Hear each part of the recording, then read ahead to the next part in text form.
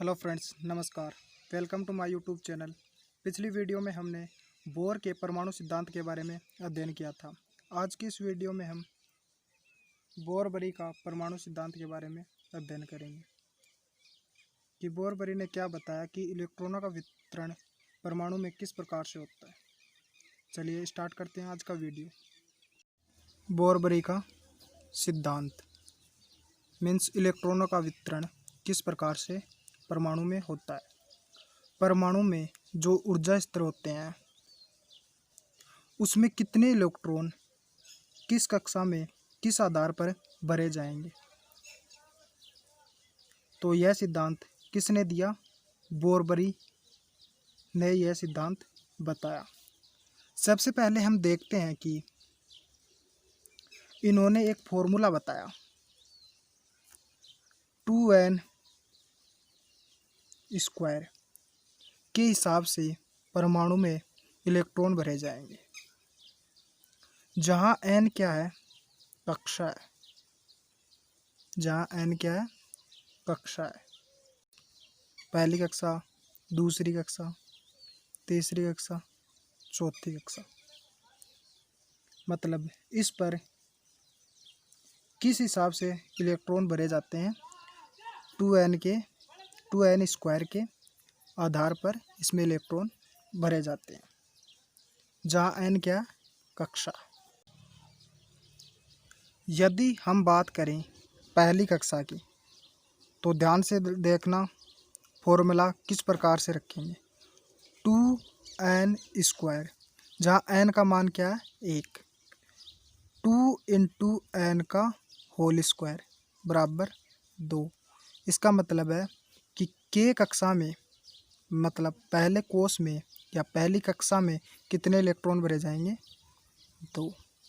जैसे हम बात करते हैं दूसरी कक्षा में, 2 इंटू 2 का स्क्वायर, यहाँ n का मान हमने 2 रख लिया, 2 का स्क्वायर 4 हो गया, 4 इंटू 2 बराबर 8। इसका मतलब है हम k उपकोष या k कक्षा में कितने इलेक्ट्रॉन भरेंगे? 8। इसी प्रकार से जैसे पहले k में 2 इलेक्ट्रॉन, l में 8 इलेक्ट्रॉन,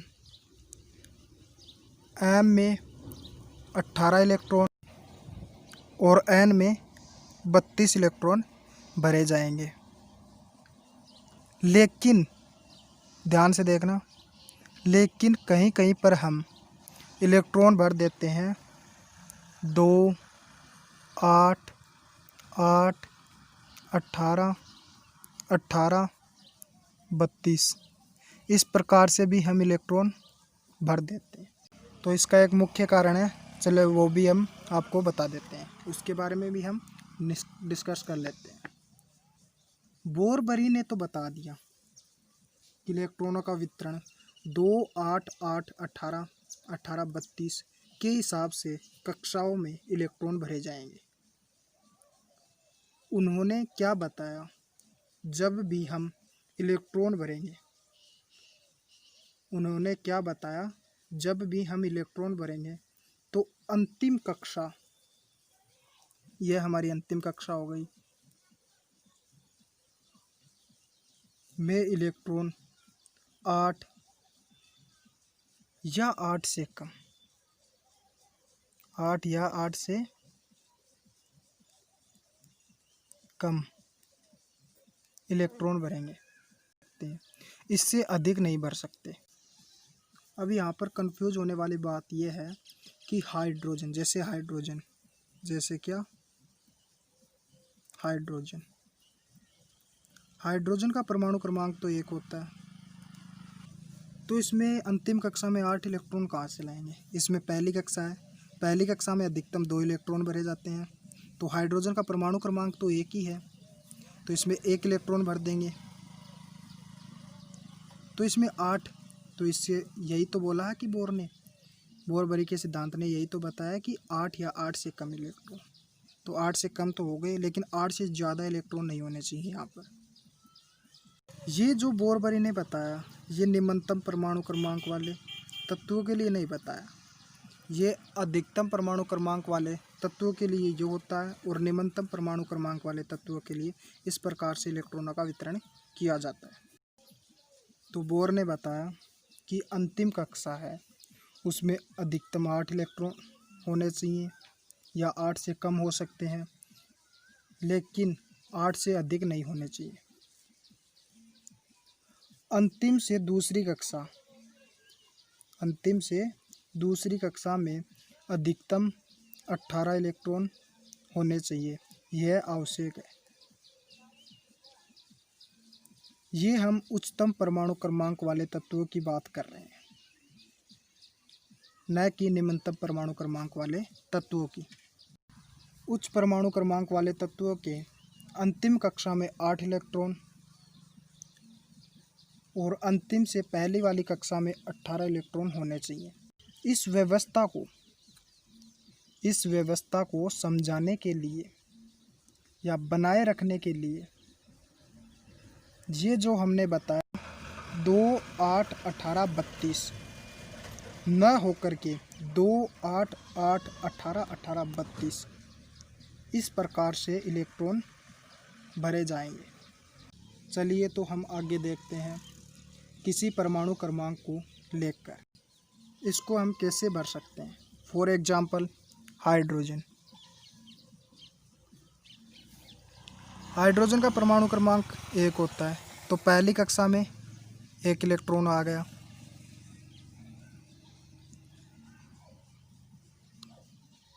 ये निम्नतम परमाणु क्रमांक वाले तत्वों की बात कर रहे हैं। यदि हम एल्यूमिनियम की बात करें तो एल्यूमिनियम का परमाणु क्रमांक 13 होता है। तो पहली कक्षा में 2 इलेक्ट्रॉन, दूसरी कक्षा में 8 इलेक्ट्रॉन और तीसरी कक्षा में 3 इलेक्ट्रॉन भरे जाएंगे।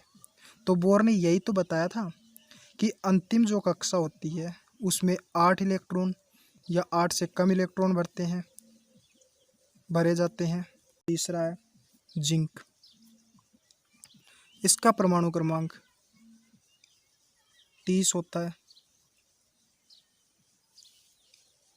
तो पहली कक्षा में 2 इलेक्ट्रॉन,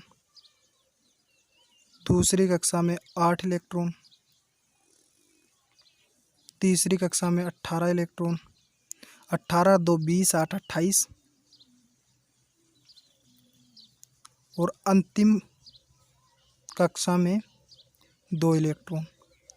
तो बोर ने यही समझाने की बात कही कि अंतिम जो कक्षा होती है उसमें अधिकतम 8 इलेक्ट्रॉन या 8 से कम इलेक्ट्रॉन हो सकते हैं, लेकिन जो अंतिम से दूसरी जो कक्षा होती है उसमें अधिकतम 18 इलेक्ट्रॉन होने चाहिए।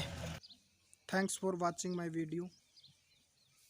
अगर यह वीडियो आपको अच्छा लगा तो इसे ज़्यादा से ज़्यादा शेयर कीजिए, वीडियो को लाइक कीजिए और मेरे चैनल को अभी तक आपने सब्सक्राइब नहीं किया तो प्लीज़ सब्सक्राइब कर लीजिए।